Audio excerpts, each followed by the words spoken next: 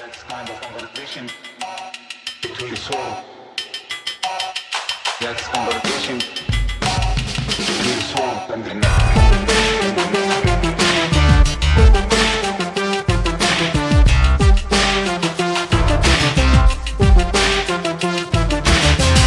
Hello, Prestige heads, and welcome to American Prestige. I'm Danny Bessner, here as always with my friend and comrade Derek Davison, as well as Alex Jordan from the Quincy Institute. Of course, we are doing a special because the United States has taken outrageous action in Venezuela. Of course, things are developing, so we will continue to update you as we know more, but we felt it important to get this special out. So, Derek, let's really just jump right into it. What do we know has happened in Venezuela?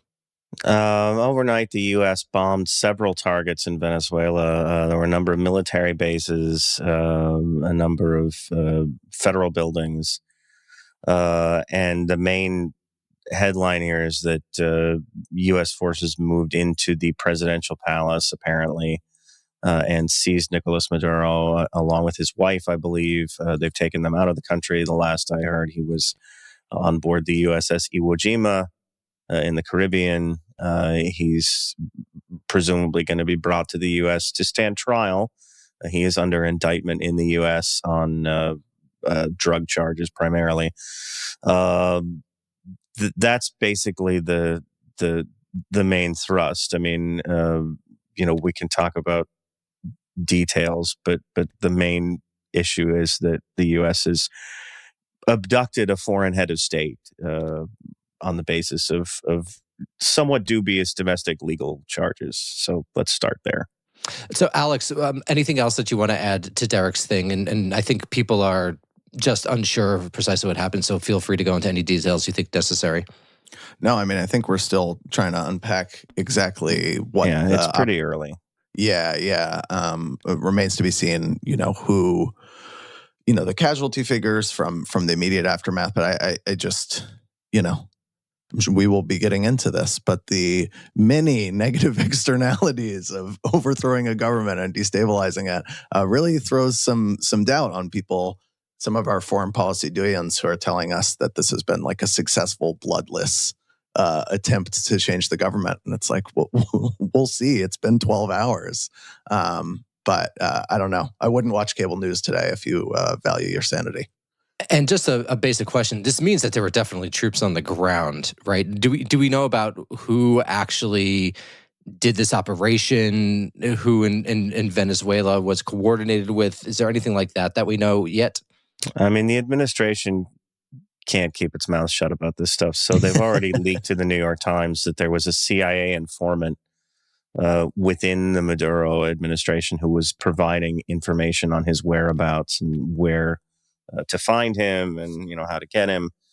So we know that piece of it. I haven't heard, Alex, maybe you have, I haven't seen them release any details about which units were involved in the abduction or now, I guess, occupation of Caracas because, we can get into this too, but Donald Trump says that we're running Venezuela now, at least for the time being. So there must be units in Caracas, but I haven't seen any detail on that. Yeah, there's been allusions to various special forces. Obviously, this is a special forces operation broadly undertaken.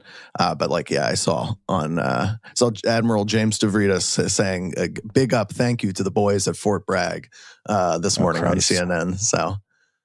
And we just released our Fort Bragg episode. So the thing that this reminds me most... the people like Stavridis are the ones who always talk about fucking international law. This is, are you kidding me? Are you kidding me? You're going to give big ups to something that is so flagrantly violates these principles. It's okay. Yeah. Let's just get into it. So but before we get into the details, the thing that I'm curious what you guys think is that this reminds me the most of Manuel Noriega, who was similarly sort of surrounded and then not technically kidnapped and seized. He's surrendered. But Derek, you're shaking your head. So is this like truly unique? This is unprecedented. This one's unprecedented. Yeah, that was a war. I mean, it may have been an illegitimate war. It may have been a war to go in and get a guy who knew too much about what Poppy Bush was up to. You can question the rules about it, and it's certainly there was no declaration of war, as there never is in the United States anymore. But it was still a military operation. Like there was a lead up. There was there were demands made. This is a kidnapping operation. This is like, in and out in the middle of the night to abduct somebody. Like it's fundamentally different in that regard, I think, from Noriega. Yeah, this has never really occurred in American history. I was searching for like precedents in my imagination. I mean, obviously, the United States has undertaken a number of coups and operations like that in Latin America in particular. But something like this is truly outrageous. This has never before happened in American history. I'm trying to even think of it in general world history. I'm sure it has happened in world history, but this is a truly novel situation that I cannot think of one single historical precedent for that. Alex, anything that you could think of, or am I totally correct here? No, I think there's a lot of sort of like half parallels, but I do think it's pretty unique, particularly to happen at this moment. I struggle to see, and I mean, I got to leave this to the experts. I'm very curious, to Derek and other reactions here, but I don't see what the plan is for building out this transitional government. I mean, I guess maybe it's what we're talking about, that there are still boots on the ground there and that they're going to be undertaking some sort of effort to clear out whoever they would consider, legitimate opposition figures still or whatever. I've no clue. I mean, this is the sort of fluidity of this situation. But again, it just goes to the stupidity of saying, oh, well, this is great. I've heard the word success no fewer than like 30 times on the, because this morning I'm up trying to get people to talk to Quincy Institute experts. So I'm watching the news and I'm hearing people declare this a success. I mean, yes, it is true a success in the sense that Maduro has left the country. You succeeded in deposing him. But what comes next? I mean, again, there's just massive opportunity for displacement, destabilization, factional infighting that turns into God knows what. I mean, if you don't want to see a new civil war, like you don't want to see a Libya, there are all these, like you said, sort of, there's not a perfect parallel, but there are all these inferences we can take from what happens when the U.S. does this kind of thing, even in dissimilar situations. And they're mostly really not good. And hearing Trump say just now in this speech that we're going to be sticking around and we're going to be in charge of Venezuela until the right people come. I mean, that's, talk about mission creep. We're not just arresting Maduro for having illegal firearms or whatever. We're actually, that's the thing. Like the Venezuelan government, the rush to declare this a successful operation when Trump has already said it's not over. Right. Yes. Like, great point. This is open-ended now because we're in charge of Venezuela. Like, I don't understand that. It's there's plenty of opportunity for this to fail now. But beyond failure, if you think about the green zone in Iraq and the corruption that existed around the contracts there and the rebuilding of Iraq in the wake of the war, I think you could see something like that that's really intensified and really on steroids, because the Trump administration, the Trump family is not only so corrupt, it's a real estate family. It's a family that has dealt for a long time in dark money. It's a family that deals with these sorts of strange contracts. This could be just like a site of enormous grift for everyone who gets involved in this. This could be something that I think everyone listening knows. I tend to try to move away from extreme reactions, but this could be something that could really go on for a very long time, and it could be extraordinarily corrupt, terrible for the people of Venezuela. That almost goes without saying, and could involve this becoming basically an international center of black market money, with the United States sort of pumping money in that goes nowhere. This is what has historically happened with U.S. wars, is that the government will just send money to these countries, and it's very difficult to find out what actually happens with them or what actually goes on with them. So this could be setting the stage for years of corruption, grift, and money, besides what we know or is likely to happen to the people of Venezuela. Yeah, I think go ahead. Look at what Trump has been saying for weeks now, which is very clearly that this is about oil. Like, fuck the drugs, fuck the the boats, fuck the indictments. It's about oil. He's ranted about Venezuela's oil nationalization, which predates by decades anything having to do with Nicolas Maduro or Hugo Chavez or socialism. It goes back to the 70s. Like, this is how far they want to roll things back so that they can get American contracts and American companies back into Venezuela doing business directly. And yeah, the potential here is just to pick Venezuela clean of its oil, of its gold, of anything of value that country has. And you have a presumed puppet leader in the wings, waiting in the wings in Maria Machado, Nobel Prize laureate, who sounds eager to do that. Like, she's talked openly about, let's privatize everything. We're ready to go. We're ready to do business. And that's a naked appeal to Trump, who just wants to come in a very rapacious way and take whatever isn't nailed down. Yeah, let me just quickly add to that. I think one of the things that a lot of people said in the run-up to the Iraq War that I think in retrospect is proven partially true, but not totally true, that it was about oil. And I think it was partially about oil, but I think it was about a lot of other things. And maybe oil was not the primary reason the United States went into Iraq. Trump, again, there's just no subtext. This is just all about, classic 19th century extractive imperialism. I think, Derek, you're right. I think this is literally just about oil. It is about shoring up the fossil fuel industry. It is going to be terrible in terms of a green transition, should that ever happen in the United States. And so I think you are again seeing the degree to which Trump is really operating in a mode that is dissimilar to what we have seen since World War II when it comes to U.S. power in the world, or especially U.S. power in the Western Hemisphere. And this, to me, seems like this might be one of those moments that we'll look back on that does augur a genuine shift to, ironically, a multipolarity, which is that you might see other countries. You already saw this very similar, I think something not very similar, but relatively similar from a 40,000-foot view with Russia and Ukraine. It's basically great powers versus middle power. Let's just call them a great power, affirming control in their traditional sphere of influence. So if you're looking at it from sort of the larger perspective, and I'm curious to get your guys' thought on this, it does seem like we might view the Cold War and post-Cold War periods as an almost interregnum, because we are doing the Franklin Delano Roosevelt plan here, which is the four policemen model of international relations, which is essentially that there are very clear spheres of influence within which great powers are allowed to operate and do what we want. And I'm just thinking about this in light of the national security strategy that was released, which I know some people thought that it was aggressive toward China and was partially aggressive toward China, but I really did read that document. And I reread it when people are like, what are you guys saying? This is just terrible toward China. It is allowing basically China free reign to a significant degree in East Asia, or preparing for that, regardless of some lines.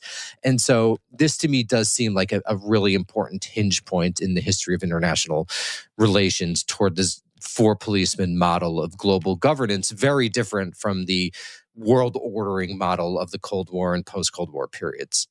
For that to hold, would people after Trump have to carry out that vision? Because I think that there's part of what you said totally rings true here. And I do think there are parts of this administration that have a closer sense of the actual realities of China's power and the limits of US power.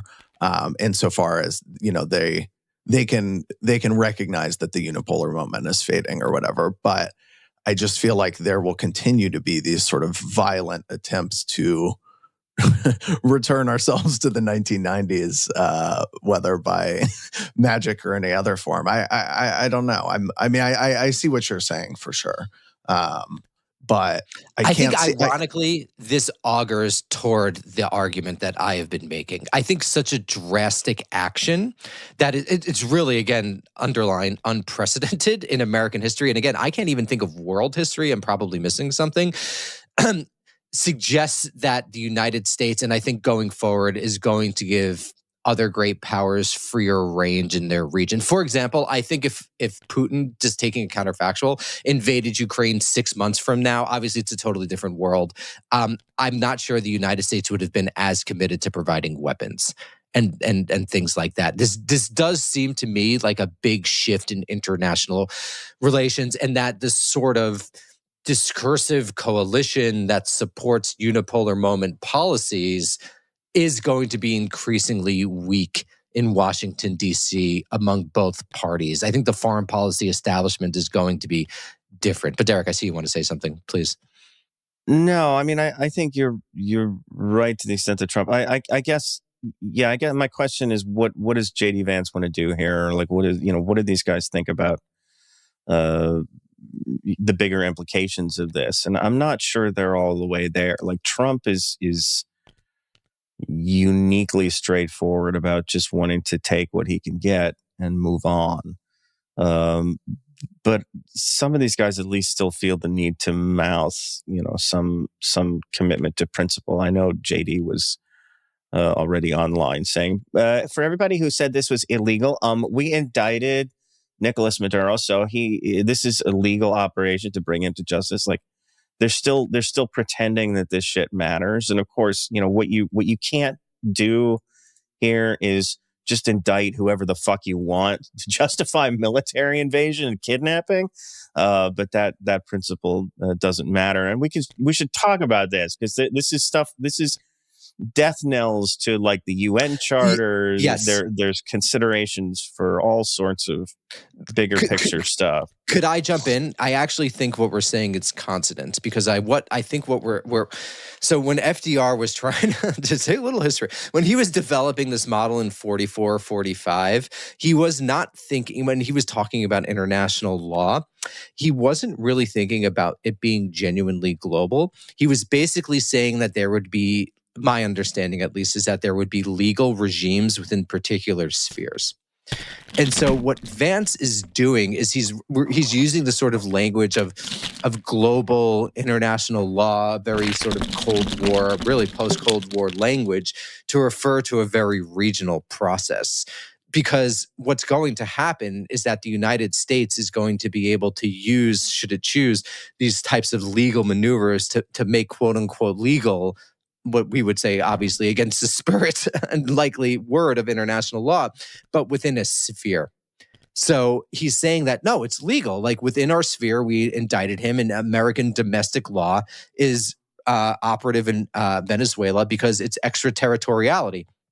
So extraterritoriality is something that existed in the 19th and 20th centuries, which is when a domestic law would operate elsewhere. So if I'm remembering this correctly, at some point, the United States had extraterritoriality in China, like American law operated in China. And it's obviously a sign of domination, and no country on the receiving end likes extraterritoriality. But that's what essentially Vance is doing. He's just claiming extraterritorial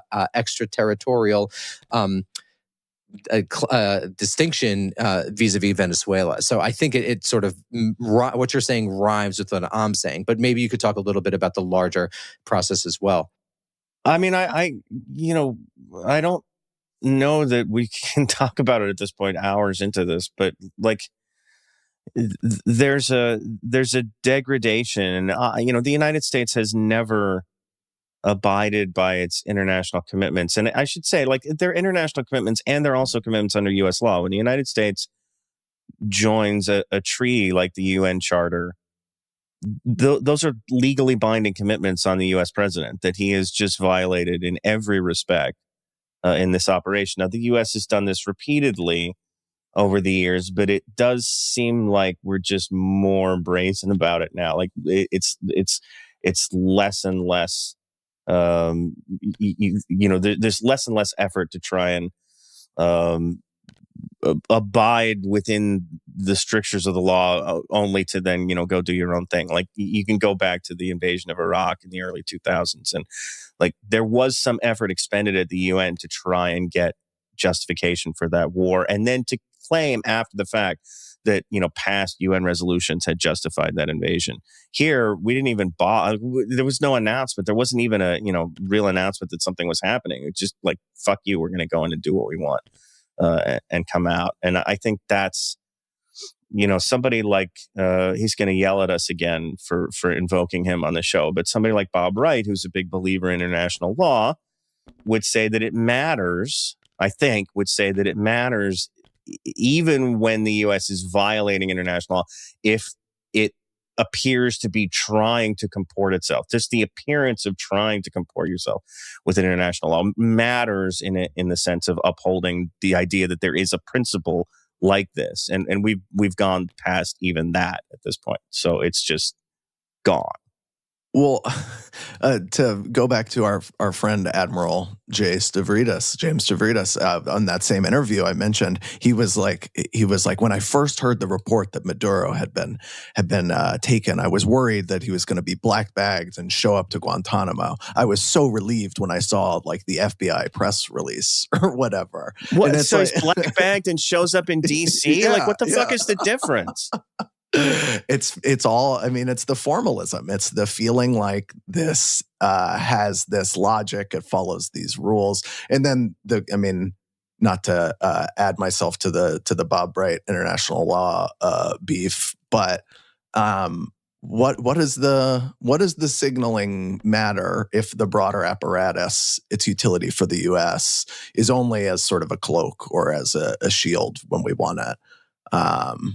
International law does matter, but I'm very, very concerned about what this means for the coming. I've seen so many people tweet like, all right, I guess you got to get a nuke now to prevent getting invaded by the U.S. or whatever. How do you defend against these sort of unilateral actions taken by the most powerful military in the world? You can't, and I think that this is going to this augurs a genuine refocus on the Western Hemisphere, and basically in the way that the United States ran its international relations from roughly the outbreak of the first Mexican Revolution in 1810 to World War II. I think you're going to see a real focus on extractivism here. I think you're going to see a real focus on dominating the hemisphere, and I wouldn't be surprised if either the Trump administration or future administrations who aren't run by what I would call a genuine left-winger, would it be surprised if they continue to assert and affirm their authority in this hemisphere? It's much more baked into American history than the U.S. foreign policy that has defined all of our lives, which was much more global. I mean, there's much deeper traditions of hemispheric dominance than there are of genuine global dominance. And I do think that China's quote unquote rise, but really its reaffirmation of its authority in its hemisphere, which its own weakness happened to coincide with the era of the American, the birth of the nation, and its dominance has just made the sorts of internationalist projects that we grew up with in the 1990s impossible. And this really does seem to me like a hinge point in that direction, because this is totally unjustified. There's barely any reference made to international law. It's almost like that admiral's response is like a tick. I don't think an admiral in 20 years would say something similar, just like an admiral in 1890 or 1898 when the United States colonized and occupied the Philippines would have said that. I think we're returning to a sort of almost more natural, not in a good sense, but historical domination that is going to have significant reverberations abroad, vis-a-vis Ukraine, over time, I think vis-a-vis Israel, vis-a-vis Taiwan. And I wouldn't be surprised if we look back on 15 years as this moment as a really important transformational moment. Yeah, it wouldn't surprise me at all. I think it's I can't get past just the immediate sense of dread. Everything that you just said, but that's well. What do you think? Let's return. Yeah. What do you think is going to happen in the short term? I think that there's going to be an occupying force, right? There's going to be American. This is the thing, right? Yep. Like, who's actually okay? So Donald Trump says we're going to run Venezuela until we can put in place, whatever puppet we like. That the U.S. is not running Venezuela. The U.S. is unlikely to ever run Venezuela in the sense of controlling the country. It apparently controls Caracas.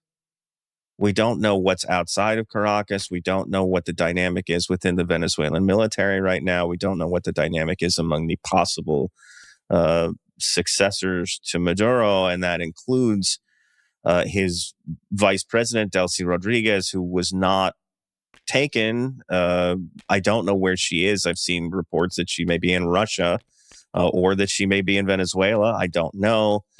The Venezuelan military is still, I presume, under the control of the defense minister, Vladimir Pedrino, who was appointed by Maduro under the command of flag officers, high-ranking officers who were all appointed by Maduro, who spent a lot of time over the last few years coup-proofing himself by making sure that he had loyal officers in charge. We don't know what the Venezuelan military is going to want to do here, or what elements within the Venezuelan military, that it doesn't even make sense to speak of the Venezuelan military as one monolithic thing at this point.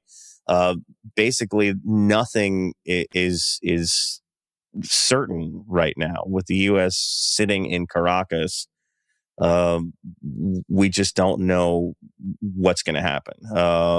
There could be, you could see localized conflicts breaking out. You could see, generals claiming, claiming power. You could see any number of people trying to step into the breach, and that's a recipe for real instability. And to contrary to Trump's kind of blasé statement that we're in charge right now, I don't think anybody's in charge. So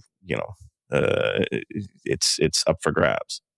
Yeah, the projected confidence, I think, is a good point to drill down on just in this Trump speech that just happened. Like, that they are certainly in charge. They certainly know that's going to go. They certainly are going to stop drug flows and manage to reap this great benefit from reclaiming our oil, as they say. I think it is worth saying out loud, is a point that my colleague from the Quincy Institute, Karthik Sankaran, made, that Venezuela's oil is not this like big easy target waiting to just be seized and monetized, and it's an obvious monetary victory or whatever. Venezuela's oil reserves, which are huge, they're heavy crude, and that's really expensive to extract and refine, and it's best suited for diesel.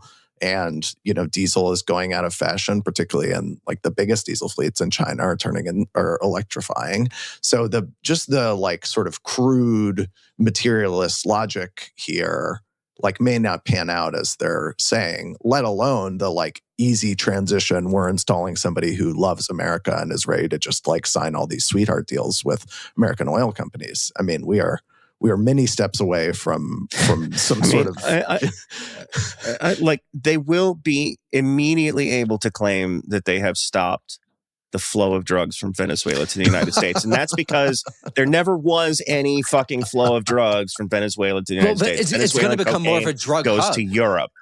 I mean, this is what's going to happen. With this sort of destabilization, as we saw in Afghanistan, it's just going to make the country into a drug hub, because it's clearly going to divide central authority. And so I think that is quite likely that more drugs wind up flowing through Venezuela. And I just want to talk a little bit about what Alex said, because it's again, I know we've joked about it on the show about the 21st century being the Chinese century. And I do think, again, the American century is over. I do think this is going to reaffirm an American commitment to fossil fuels, and is going to allow China to continue to dominate a sort of green transition or an electric transition or whatever it is you have to say. And so it's once again this moment of this I think at this point it's fair to say a former hegemon. I do think we're in a genuinely multipolar world, cutting off its nose to spite its face. It's just a very strange thing to double down on fossil fuels when you're thinking from a macroeconomic or even a geopolitical perspective. And it, again, just shows the almost rudderless nature of the American empire at this point. And it will be interesting for the few historians that exist in the future to analyze why the United States was so unable to manage its hegemony, that within basically 36 years, the whole thing came apart, lasted a little more than a generation, and just totally, again, I already just said it, but totally falling, totally declining. It's, you sort of like inviting from the perspective of the U.S. and a country that wants to maintain global power, or an elite that at least wants to maintain global power, or even wants to be, it's kind of first among equals if it is a multipolar world. Like, you're sort of inviting the worst of all possible outcomes, right? You're handing China the baton to, kind of blow past you in what is undoubtedly the future of energy. But at the same time, like, you could argue that, I mean, okay, great, like, let China lead. Who cares? As long as we avoid, you know, the worst effects of climate change, I don't give a shit. Like, that's a legitimate argument that somebody could make. But if the U.S. isn't even going to play along, kind of nominally with an energy transition, then you're not going to avoid those harms either. You're just going to get, kind of everything. You're going to lose power, and you're going to be dealing with the impacts of climate change. All right, guys, before we go, anything else to leave our listeners with? Obviously, we're going to keep on updating everyone as this proceeds. But any final thoughts on the kidnapping of Maduro and U.S. boots on the ground in Caracas? A really, I mean, wild thing to see. Yeah, I mean, it's still very early to talk about what else we might see here, but you've got a whole bunch of Venezuelans who are, I think, probably more scared than anything else, and Maduro, let's be fair, was probably not the most popular guy in Venezuela, but does that mean that people wanted the United States to come in and decapitate their government and then impose this whatever it is now over the country, which may be nothing? I mean, maybe the mayoralty of Caracas and the rest of the country can go to seed. I don't think that was what people were looking for. So yeah, we'll see what how this plays out for the folks in Venezuela. Alex, any final thoughts? Yeah, I mean, I scrambled feelings today, mostly just dread, like you guys talked about. Yeah. A sense that this certainly feels like it ends the question of sort of where. Well, let me just say this. I think there's an element of the Trump administration that has been pushing this since Trump 1.0, including I think the Marco Rubio wing, and they've won out on this question, and I think I imagine it'll have implications for the rest of Trump's foreign policy too. Once you do this stuff, it impacts how you interact with China and Russia and these other questions that they feel are important to solve in their foreign policy. Overthrowing a government like this so brazenly is going to have impacts for them beyond just what we're talking about for the people in Venezuela. The Trump administration stated goals for their foreign policy, and whatever you thought of whether that was rhetoric or reality or an actual wing within this government that was going to prevail on providing some sense, at least in this case, they have launched yet another potentially disastrous regime change effort, which is not the exact opposite thing that he campaigned on. So I think that bears repeating for sure. Yeah, and there's also domestic political elements that we will not talk about on this episode, but we will talk about in future ones. Derek, I'm sorry, do you want to say something? No, he's good. All right, everyone, thank you very much for listening. We will, of course, keep you updated, and this is just a bummer and bad news. So everyone, stay safe out there, and we'll talk to you soon. Bye. Let's